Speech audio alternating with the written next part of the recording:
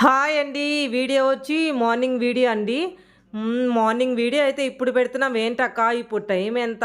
ఏంది అంటారా? ఏం చేస్తామండి, మా ఇంట్లో వైఫై అస్సలు పని చేయట్లేదండి. మా వారేమంటే పొలంలో పనుందని ఇంకా ముందు కొట్టాలని చెప్పి వెళ్ళిపోయారండి మార్నింగే. 2 డేస్ నుంచి నేను ఇడ్లీకి పప్పు నానేద్దామని మర్చిపోతూ ఉన్నానండి. ఈరోజు కూడా ఈ వీడియో వాయిస్ ఇస్తూ గుర్తుకొచ్చి తొందరగా వెళ్ళి నానబెట్టి వచ్చానండి. అంత మతిమరుపు ఎక్కువైపోతూ ఉంది నాకు.